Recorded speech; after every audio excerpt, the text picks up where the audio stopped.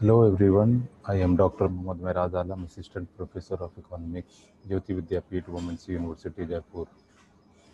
This is the third part of environment degradation, which I will discuss in this video session. Before I have discussed two videos on the same topic, which is very interesting and debatable topic for nowadays, and it was before earlier. It was also discussed so many times, but it is the most important to discuss here. In previous video, I have discussed about the land degradation, water resource, water degradation. In this particular video, I will discuss some other type of environmental degradation. This is the third part of the environmental degradation. The degradation of fish. In this video, I will start from the degradation of fisheries. The fisheries sector occupy an important uh, occupies important place in the socio-economic development of India. It is a source of cheap and nutritious food and is an important foreign exchange earner. Besides, it is considered as a major source of livelihood to 11 million people in the country. Can you imagine 11 million people directly or indirectly are engaged in the fisheries activity, fishery culture, fully, partially, or subsidiary activities pertaining to to this sector. It is estimated that fisheries sector done alone can provide 1 million jobs in the next 5 years. It is estimated that fisheries is the uh, one of the uh, biggest source of employment in India. The fisheries sector of India comprises two sectors, namely marine fisheries and inland fisheries, including freshwater and brackish water aquaculture. Over problem of declining yield is now perceived in many inshore waters. Inshore waters also which were previously high yielding and supporting large number of traditional fishermen. Although the real cause of this phenomena are difficult to identify, generally new fishing technology characterized by mechanized uh, trawlers is blamed for this. The technologies which are available to fisher folk today are much more powerful. Fishing hauls which once took place to recover now take a few minutes. The traditional trawlers used long steel lines and stored nets which were either dragged mid-water or across the dark ocean floor, eased on the way by rollers and drums. Today they have been replaced by bigger and faster ships equipped with thinner but stronger lines and wider drums.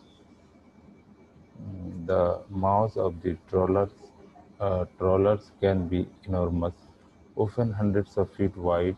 What was earlier military technology is now being applied for hunting fish. Radars are used to navigate boats through dense fog.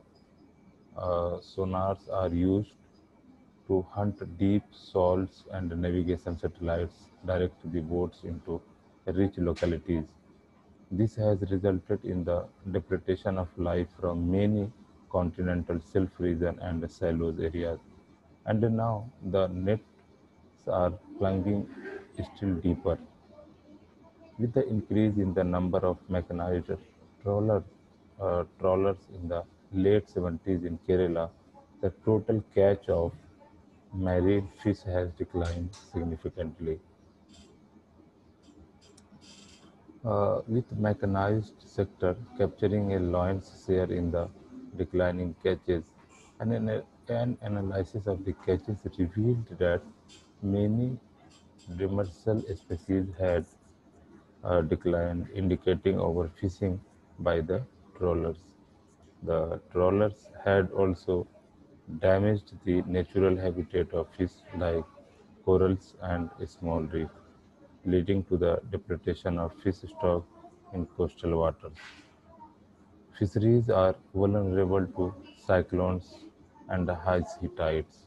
For example, in Odisha, soon after the super cyclone of 2001, the entire sea coast was adversely affected by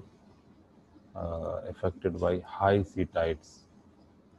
This led to, among other things, degradation of fisheries and declining fish catch.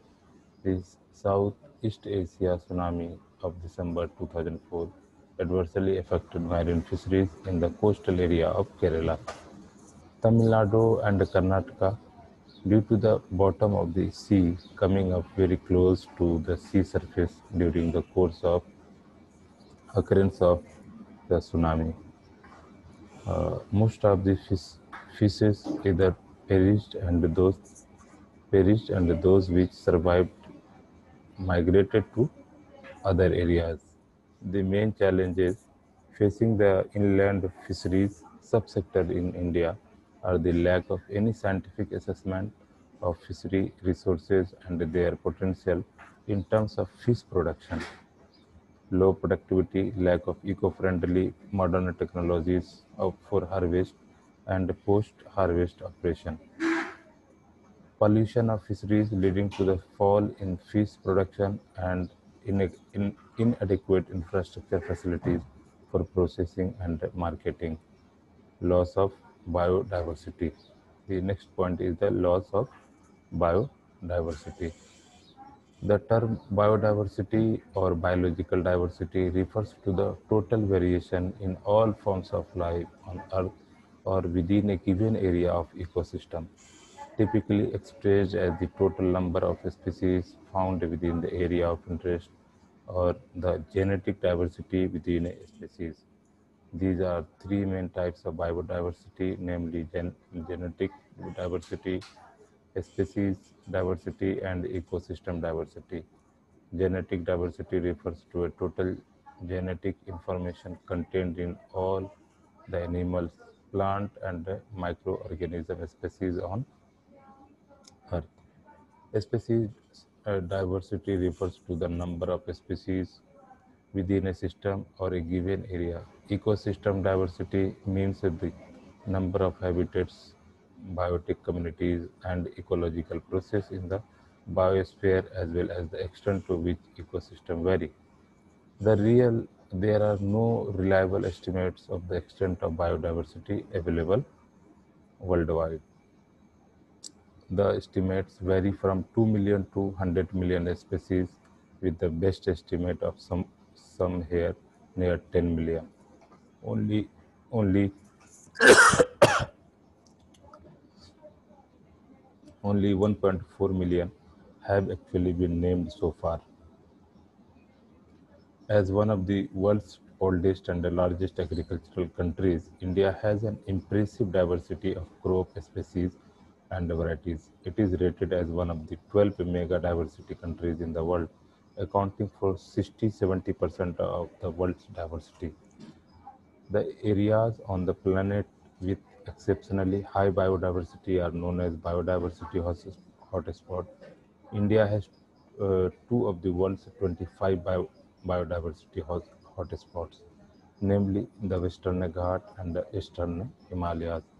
It has 6% of the world's flowering plant species, 14% of the world's birds, one third of the world's identified plant species, numbering over 45,000, and about 81,000 identified species of animals. This is a report published in the World Bank. Like other natural resources and environment, biodiversity in India also has been under great biotic pressure for decades now. India has high level of human and domestic animal population. Their high density and rapid growth, high rate of urbanization and industrialization, commercialization of agriculture, high incidence of poverty, and a high level of illiteracy have all contributed to the degradation of natural resources and environment, and loss of biodiversity. Many plant and animal species are on the brink of extinction. It is high time that India adopted a responsible national policy for natural resource management and biodiversity conservation, which is in tandem with its economic and social development policies. Climate change. The next topic is the climate change. The term climate is uh, generally used to uh, connote a complex natural phenomena comprising uh, variables such as air temperature and humidity, wind and precipitation. Although the climate remains fairly stable on the human time scale of decades or centuries, it fluctuates continuously over thousands or millions of years and is affected by large number of variables. There have been perceptible change in the climate all over the world, particularly in the last 2 decades or so. The climate change and its adverse impact on the environment, human health, and the economy have recently risen to the top of the economic and the political agenda in various national and international forums.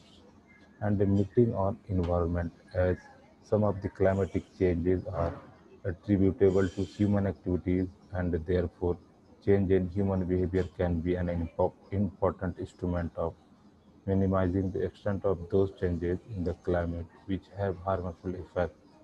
The most important climate changes that have come to the fore recently and that are harmful include acid rain, global warming, and depletion of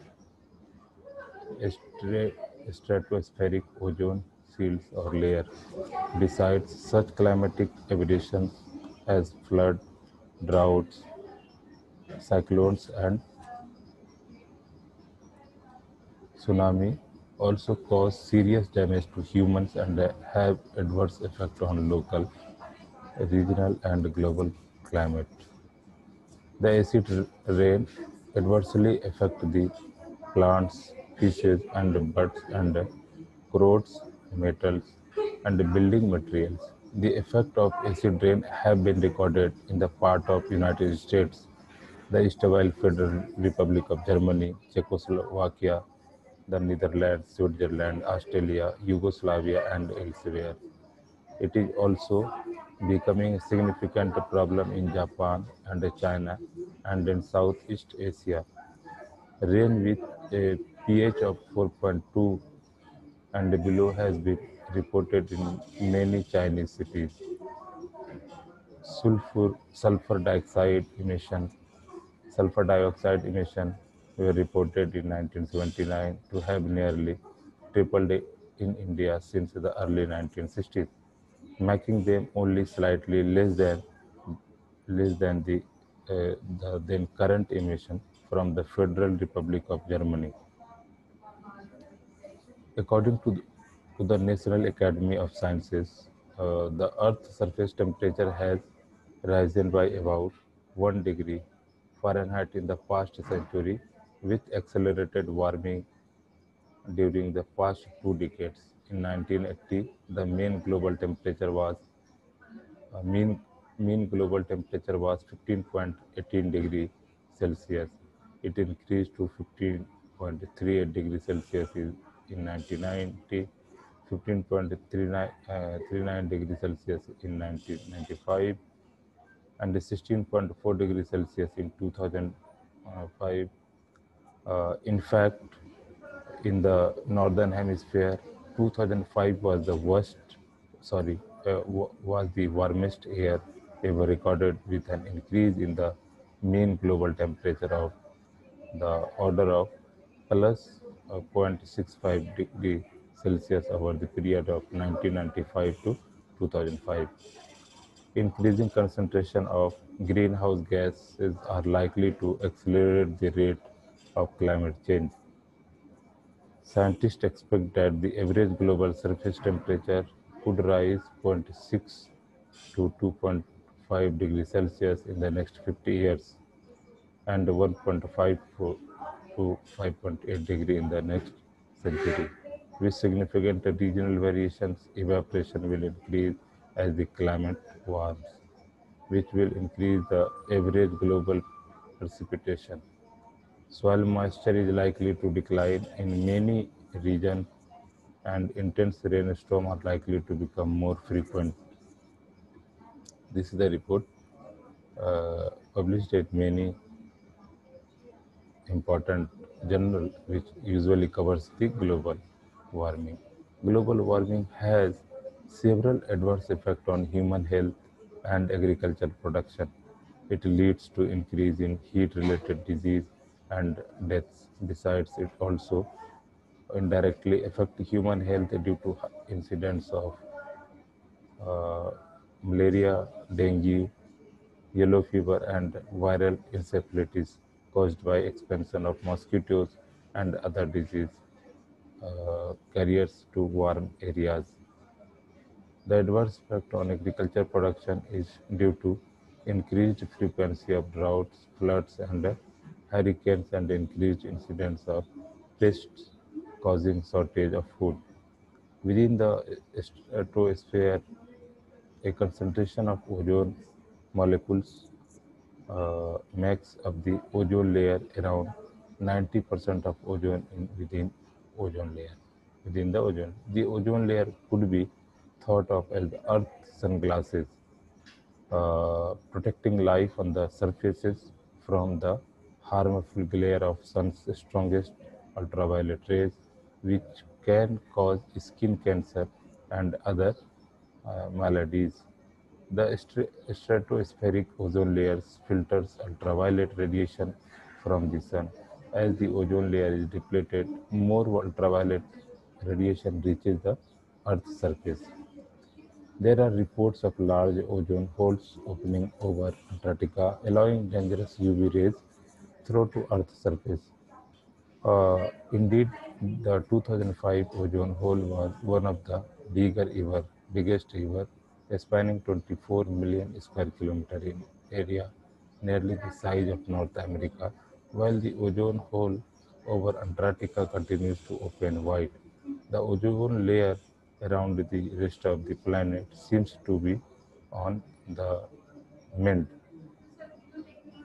Overexposure uh, to UV rays may cause several health hazards for humans, skin cancer being the most widely known disease. In addition, overexposure to UV rays can also cause cataract. This was all about the ozone layer depletion, fisheries, and some other type of environmental degradation which are take place over the period of time. So I will stop here. I will continue on this topic in the next video. Keep watching. Thank you so much once again. We'll meet soon in the next video.